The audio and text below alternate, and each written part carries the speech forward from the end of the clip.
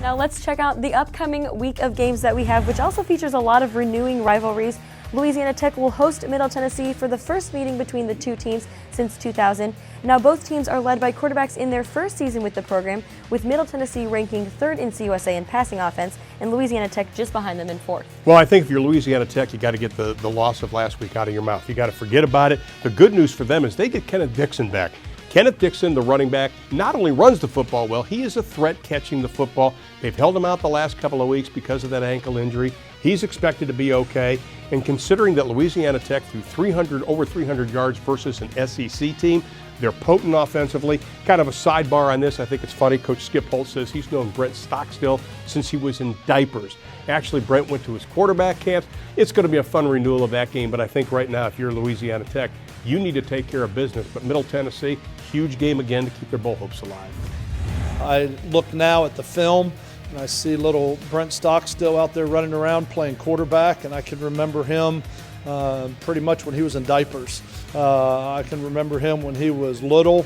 I also had the opportunity to be involved in the recruiting of him, had him in camp. Really like him as a competitor. He's smart, he's intelligent. He's doing a great job of running that offense right now. He's throwing for over 300 yards a game. He's doing a really nice job. They've got 2 receivers that are both top 10 in our league in reception. I think they're both top 20 in the country, if I'm saying that properly. Charlotte and Southern Miss, both charter members of CUSA, will meet for the first time in football this weekend. Charlotte will have to try and stop the dynamic Golden Eagle offense, which in the conference is 2nd in passing offense and 3rd in rushing offense. Well, I think if you're Southern Miss, Todd Monken, right now, you don't want this to be a trap game. You don't want the players to start reading the newspapers to see how good you are, and you may go to a bowl this year and listen to commentators say the same thing. You've got to keep them focused, and again, faceless opponent. You can't have a letdown in this game because Charlotte's got a great running back in Khalif Phillips. Over 200 yards rushing last week. He leads the conference in rushing. You can't let down because you can get smacked around in this league. I think right now for Southern Miss, you got to come in fired up. The good news is when you start winning, every game becomes important. This is whatever UTSA was. This is more important. Why? Because it's to try and get 5. That's all that matters now is our week of preparation and going to play a good football team. And Coach Lambert's done a great job. They've got a good team. They play hard. And so we're excited about this week. North Texas will travel to Huntington to take on Marshall for the first time since the 80s, and junior quarterback DeMarcus Smith gave the Mean Green offense a lift in his first start last week, but this week they'll have to go against one of the league's top defenses. It is, but I think DeMarcus Smith, when you look at this young quarterback getting his first start last week and doing what he did, he really sparked this offense. Right now, Mike Canales, the interim head coach at North Texas, he's looking for anything positive. Try to build on that, and I think this young man's performance may be something to build on. It's an uphill battle. We can't sugarcoat this against Marshall, but stranger things have happened. And I think you just maybe think that Marshall may not take them as seriously as they should. You go in there, you play loosey-goosey, nothing to lose. DeMarcus Smith feels good about himself. Who knows? But he has to play a perfect game in order for them to compete in this contest.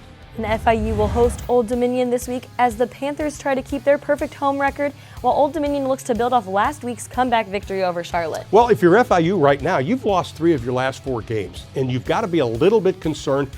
But believe me, Ron Turner's an outstanding coach. He still thinks this is a good football team. They've just have run into some bad luck the last couple of weeks.